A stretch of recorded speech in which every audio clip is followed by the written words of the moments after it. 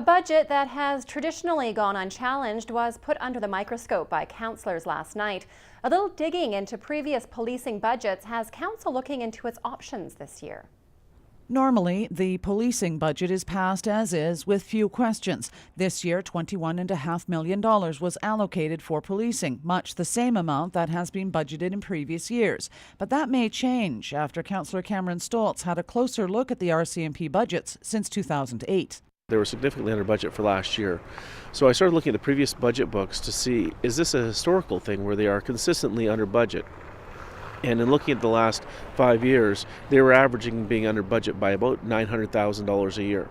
The city has over-allocated the police budget consistently, and to no small degree. Last year alone, $2.2 million was left unspent by the RCMP. Since 2008, the city over-budgeted policing by an average of $900,000 a year.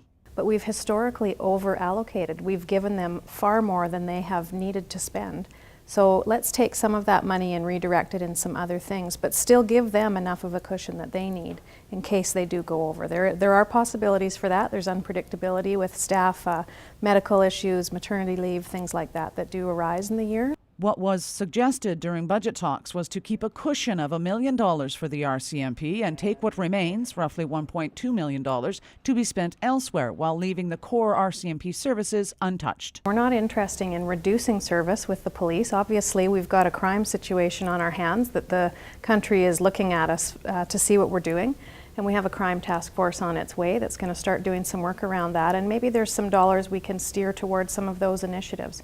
So it's not money that we would be reducing, it's money that we might reallocate in some other ways. The city typically budgets for 128 members, but there has never been that number in the detachment. Actual numbers hover around 121 members due to such things as sickness, injury, and maternity leaves. There's going to be some time for staff to do some review and consultation with the superintendent. They'll be preparing a report for council. That'll come back on February 25th.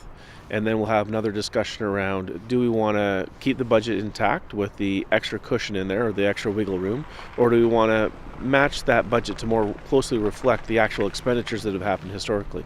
There were several options put forward by councillors as to what the extra money could be used for. Everything from property taxes to roads and the Mayor's Task Force on Crime. Cheryl Jan, CKPG News.